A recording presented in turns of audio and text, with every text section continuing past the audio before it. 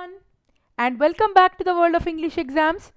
This video is going to help you understand some of the basic differences between a formal letter and an informal letter, and understanding the differences and similarities will help you identify the letter well and write a very good and high scoring letter in the IELTS general training test. So particularly this video is for the general training students. So please stay tuned till the end of the video to watch and understand some tips and tricks to identify and write a formal and an informal letter.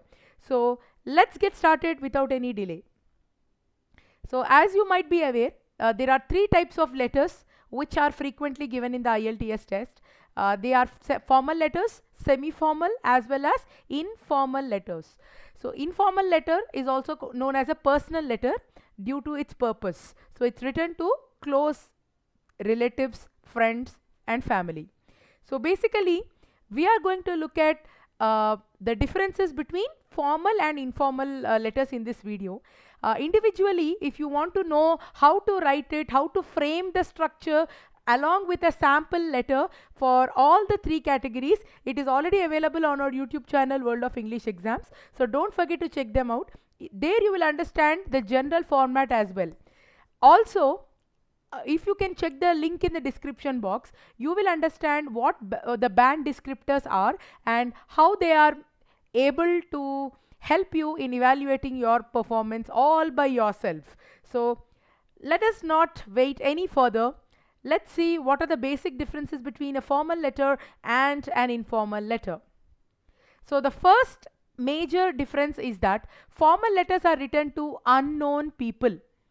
Basically, the receiver of the letter is very, very crucial when you are writing a letter. This will help you to strategize your letter writing. So basically, the first point that you have to note is whether the person who is going to read your letter is a known person or an unknown person. Now let me give an example of this. Imagine that you are working in a company and you are applying for a new job. So when you see the advertisement somewhere, maybe in a newspaper or an online job portal or somewhere else, and you are applying for the job, do you know whom you are writing to? Do you know the gender of the other person? Certainly not, because you are an applicant and it can be either a male or a female, but definitely not a known person to you. Hence, the letter is classified under formal letters. In contrast to this, let's imagine that you went on a vacation with your close friend and you are writing to express your satisfaction and joy for having spent a good time with your friend. So what kind of association do you share with your friend? That should be definitely close. So that kind of letter is classified to be informal. So the receiver of the letter is very important, and that is the major difference which will help you to identify what a formal letter is and what an informal letter is. So formal letters are written to unknown people, informal letters are written to known people. The second difference is in the tone. Remember guys, majority of the students are getting band 6 or less than that because of this. The tone of addressing the letter has to be precise and specific. When you're writing a formal letter, the tone should be formal as well. That means you can't use words which are frequently used when talking to close relatives or family members, like this. For example, let's say that you want to say sorry to your friend. So how do you say sorry to a friend? You don't use any kind of formal vocabulary. You just say, I am extremely sorry, or I am terribly sorry, and I'm feeling very regretful about this. So that is the maximum limit that you use when you're talking to a friend. Whereas when you're writing the same context in a formal style, then you represent it by more formal phrases like, please accept my sincere apologies. But that kind of tone, you don't use it when you're writing an informal letter. I hope you're getting the difference. So in a formal letter, the first major aspect to remember is that the tone or the tonality has to be formal. In contrast to an informal letter where colloquialisms are used. Colloquialisms are words which are used in our day-to-day lives, less formal vocabulary, I must say. So colloquialisms can be used depending on the context, and in a formal letter they are strictly not allowed. So this is another difference. Moving on to the third difference now. The purpose of writing the letter should clearly be established in the introduction paragraph. Failure to do so will definitely lead to lower band scores. Please remember this and follow this very carefully, guys. The letter should start by explaining the purpose. You don't need to give your personal introduction in a letter. And of course, you don't even need to write any addresses, that's the secondary part. But in a formal style of letter writing, you don't know whom you're writing to. You only know the purpose. So be very frank and very precise. Directly go to the business. Don't try to give your personal details. Not that it is wrong, but it might be irrelevant to the context. So directly start the letter with, I am writing this letter to to convey so and so message, or in regard to so and so, or in connection with so and so. So let me give you an example of this. Imagine that you have purchased an equipment for your kitchen, and later after installation you found that there was a fault in that. So you are complaining to the customer service department. So what kind of style do you use? Of course, it's a formal letter. So how do you write it? How do you introduce the purpose? What is the purpose behind writing the letter? To complain against a faulty device. So directly jump to the purpose. You don't want to introduce yourself that you are the customer and this is the customer name and address. All these details are not related to the context. Anyway, you are going to attach the bill, or you're going to furnish the details related to your purchase. So you necessarily need not introduce yourself. So how can you start the letter? I am writing this letter to complain against a faulty kitchen appliance which I purchased from your store. That's it. This is the one line formal introduction that is required. So like that, depending on the context, you need to adopt a very formal and direct style of introduction in a formal letter. Now, when you're writing a letter to your friend, do you directly go to the purpose?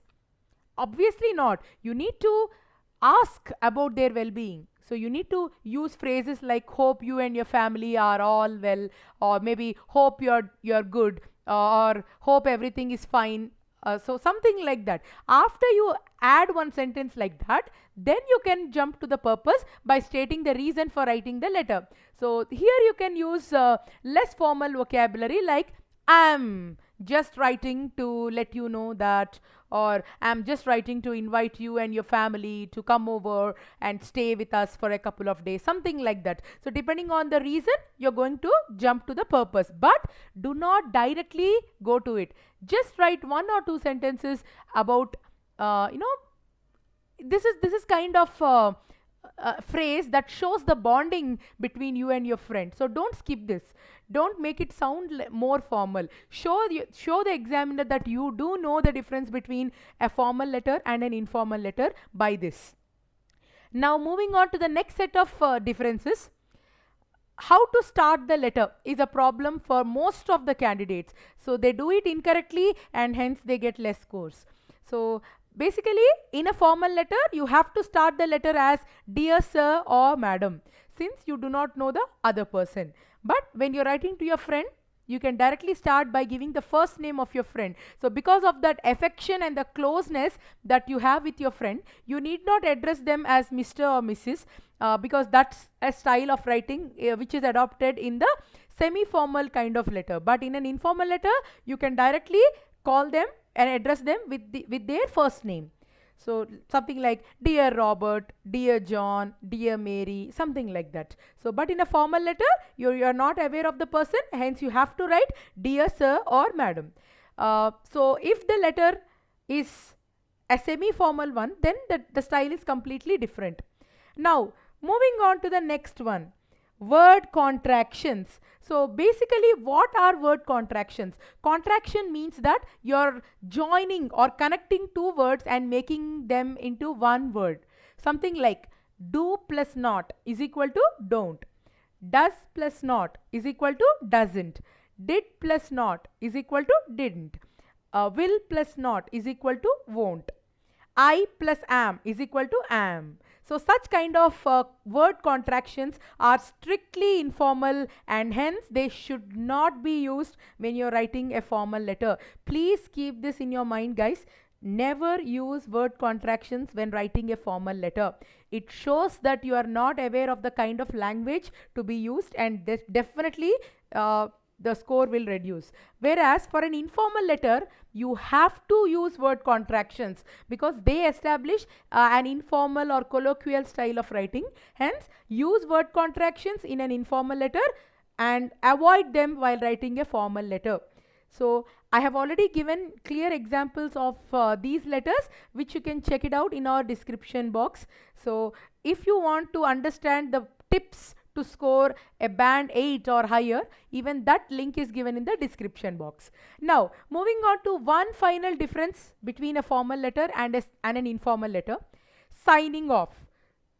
So previously I had discussed about salutation, the phrase which you need to start your letter with.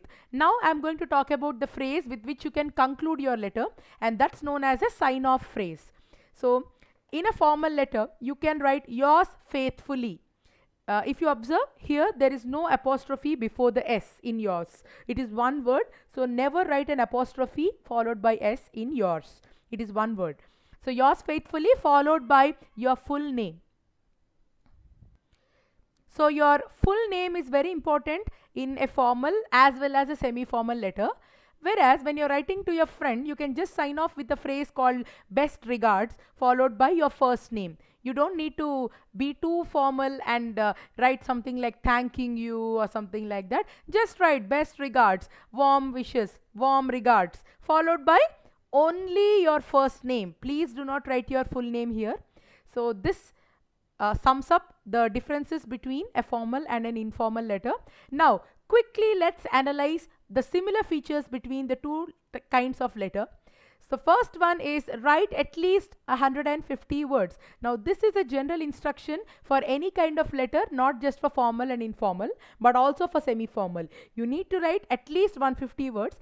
Guys, aim for a word count between 170 and 190 for being on a safer side. Aim for more than 150 because underlength will be a problem. Then the next similarity is that the order of the bullet points has to be followed. In every letter prompt, you can notice that 3 bullet points will be given following the question. So you have to follow the order of the bullet points. You can't just club 2 bullet points into one paragraph. That would be a serious negative factor. So write the paragraphs based on the bullet points, and please strictly follow this. And the next one is you need not write any addresses. In a conventional kind of letter which is written at a college level or at a university level, definitely the to address and the from address have to be written. But in the IELTS test, you need not write any addresses. You can directly start with dear followed by the suitable phrase. If it's a formal one, dear sir or madam, and if it's an informal one, you'll write the first name of your friend. Then the introduction should state the purpose clearly. This is a very, very important point. The stronger your introduction is, the better are your chances to score an 8 or higher in letter writing. Then the next similar feature is salutation and signing off is a must. So you have to follow this. Finally, the letter should contain 5 paragraphs in total, including introduction, 3 body paragraphs, conclusion. So these are the similar features, guys. And one more similarity is with respect to the band descriptors. So as I told you previously, band descriptors are those criteria on the basis of which your letter would be evaluated. There are 4 major descriptors which are known as task achievement, coherence and cohesion, lexical resource, and grammatical range and accuracy. So these factors, as you can see, contribute equally to the score. Each of these factors will attribute to 25% of the overall score in the test. So please focus on each of the band descriptors clearly and carefully. I have given a detailed description of all these factors from band 5 to band 9 in one of the videos, for which you can find the link in the description box. So please do watch that video also to understand how to improve your scores. If you're constantly facing a problem in achieving 7 or higher, then that analysis will help you a lot.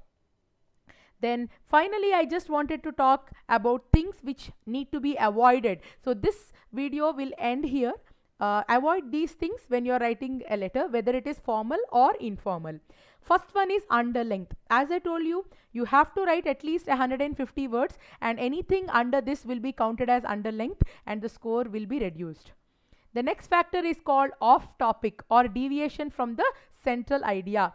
Please stick to what is given in the bullet points and don't deviate from that point and write irrelevant and inappropriate details. Otherwise, you can lose marks for off topic.